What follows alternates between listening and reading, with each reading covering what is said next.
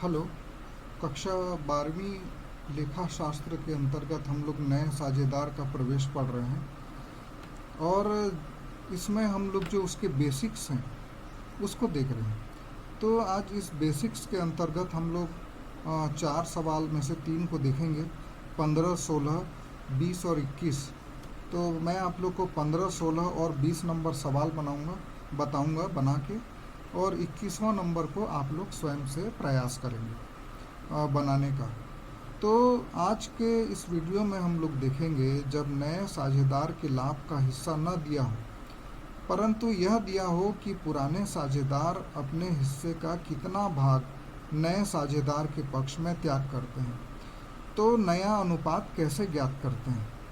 इसका मतलब ये है बच्चों कि नए साझेदार का हिस्सा नहीं दिया रहता, परंतु ये दिया रहता है कि पुराने साझेदार जो हैं वो नए साझेदार के पक्ष में कितना कितना त्याग करेंगे।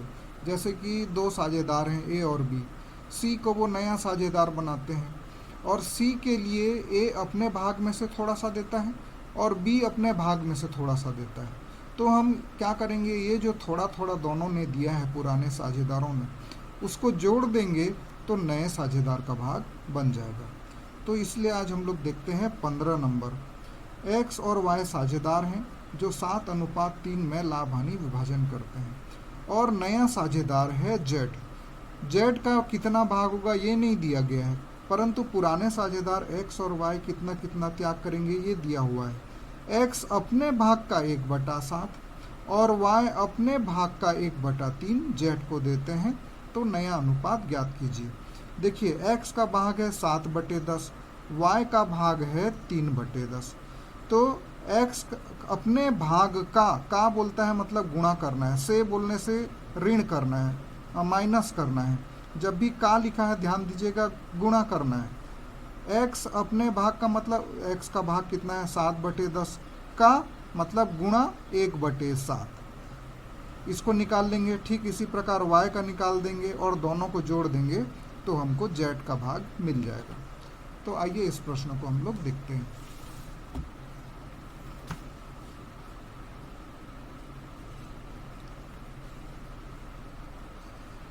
एक्स और वाई साझेदार हैं 7:3 में।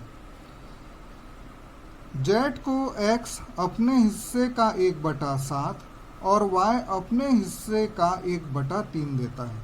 तो x कितना देगा, x के पास है 7/10। देखिए यहाँ पे लिखा हुआ है 7, 10 में से 7 भाग x का है और 10 में से 3 भाग y का है। तो अपने हिस्से से x कितना दे रहा है 1/7। तो हम लोग करेंगे 7/10 गुणित 1/7। तो x कुल z को देगा 7/70। ये किसको मिलेगा, ये z को देगा। कौन देगा, x देगा। और ठीक इसी प्रकार y के पास है 3/10 और y अपने हिस्से से 1/3 देगा। तो इसका 1/3 निकालेंगे तो आएगा 3/30। ये भी किसको मिलेगा, z को मिलेगा। अर्थात x अपने हिस्से से 7/10 देगा और y अपने हिस्से से 3/30 देगा। तो z का कुल हिस्सा कितना हो जाएगा ये देखेंगे हम लोग।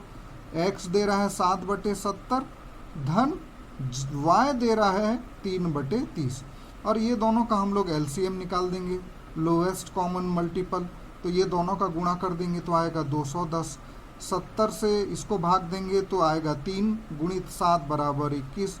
वैसे ही 30 से इसको भाग देंगे तो 7 आएगा, 7 या 21, अर्थात कुल मिला के आ गया 42/400 210। तो चूंकि x और y अपने अपने हिस्से से दे दिए हैं z को, तो अब इनके पास कितना बचा ये हमको निकालना जरूरी है। तो अब x के पास कितना बचा, उसके पास था 7/10 था, 7/70 उसने z को दे दिया, तो उसके पास बचेगा 42/70।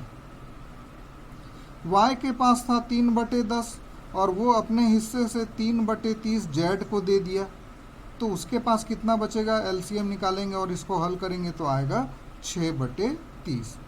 अब उसके बाद देखिए अगला काम जो हम लोग करते हैं, तीनों जो हर हैं देखिए वो अलग अलग हैं, तो ये तीनों हर को बराबर करना जरूरी है। तो इसके लिए हम लोग क्या करेंगे, जो बड़ी संख्या है उसको हम लोग देखते हैं, और ये यहाँ पे सबसे बड़ी संख्या है 210। तो हम लोग ये प्रयास करेंगे कि ये दोनों का हर जो है उसको हम लोग 210 कर दें। तो देखिए x के पास है 42/70 बचा है। 210 करने के लिए क्या करना पड़ेगा, 3 से ऊपर नीचे गुणा कर देंगे तो आ जाएगा 126/210। y के पास है 6/30। 210 करने के लिए क्या करना पड़ेगा, ऊपर नीचे 7 का गुणा करना पड़ेगा, ये आ जाएगा 42/210। और z का तो पहले से 210 था, इसलिए इसको बराबर करने की ज़रूरत नहीं है।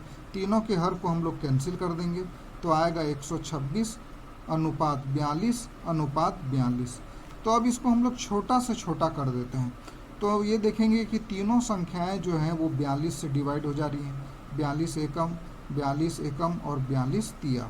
तो इनका जो नया अनुपात है वो हो जाएगा 3:1:1। अब हम लोग देखते हैं 16वां प्रश्न। राधा और रुक्मणी एक फर्म में साझेदार हैं तथा लाभ विभाजन 3:2 में करते हैं और गोपी को नया साझेदार बनाते हैं। राधा अपने भाग का 1/3 और रुक्मणी अपने भाग का 1/4 गोपी के पक्ष में देते हैं। ठीक इसके पहले वाले प्रश्न जैसे नया लाभ विभाजन अनुपात निकालिए। तो इस प्रश्न को देख लेते हैं।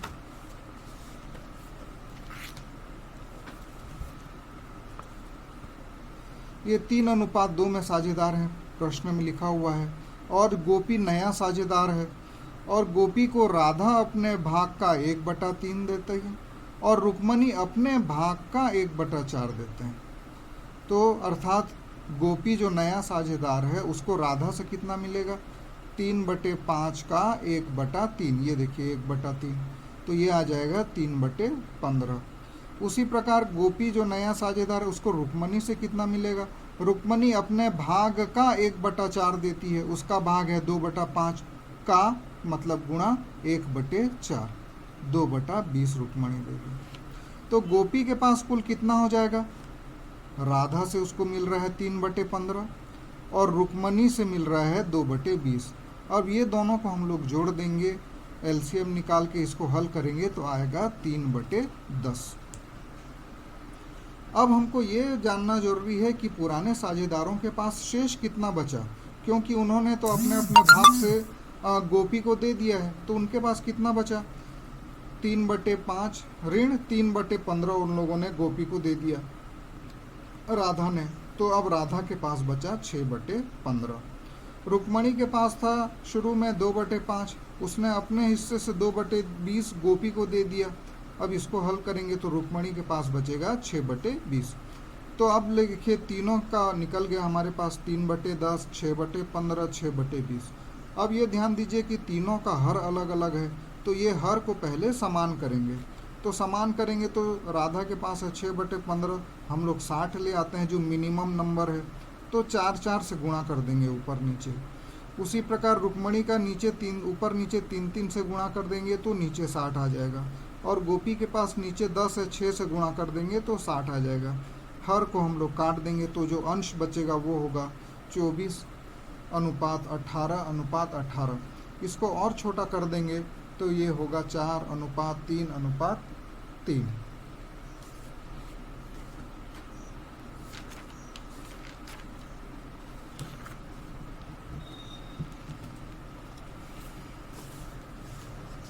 एक और प्रश्न देखेंगे, त्याग अनुपात कैसे निकालते हैं।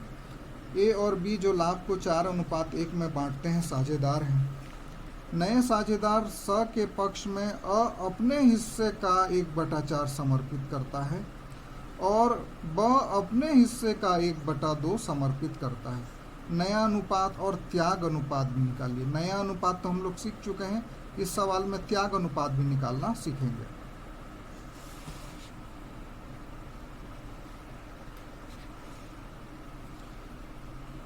ए और बी साझेदार हैं 4:1 में। सी नया साझेदार है, उसके लिए ए त्याग करता है अपने भाग का 1/4 मतलब 4/20, या इसको छोटा कर लेंगे तो आएगा 1/5। और b कितना त्याग करता है, 1/2। b के पास है 1/5, इसका 1/2 वो त्याग करता है, तो उस कुल कितना त्याग करता है, 1/10। तो अब c के पास कुल हिस्सा कितना हो जाएगा, जैसे पहले 2 सवालों में देखे थे, दोनों के भाग को जोड़ देंगे। 1/5 a ने दिया और 1/10 b ने दिया, ये दोनों को जोड़ देंगे तो आएगा 3/10, ये c का हिस्सा हो जाएगा। अब a के पास कितना शेष बचेगा, पहले था उसके पास 4/5 और 1/5 उसने c को दे दिया, तो अब उसके पास शेष बचा 3/5।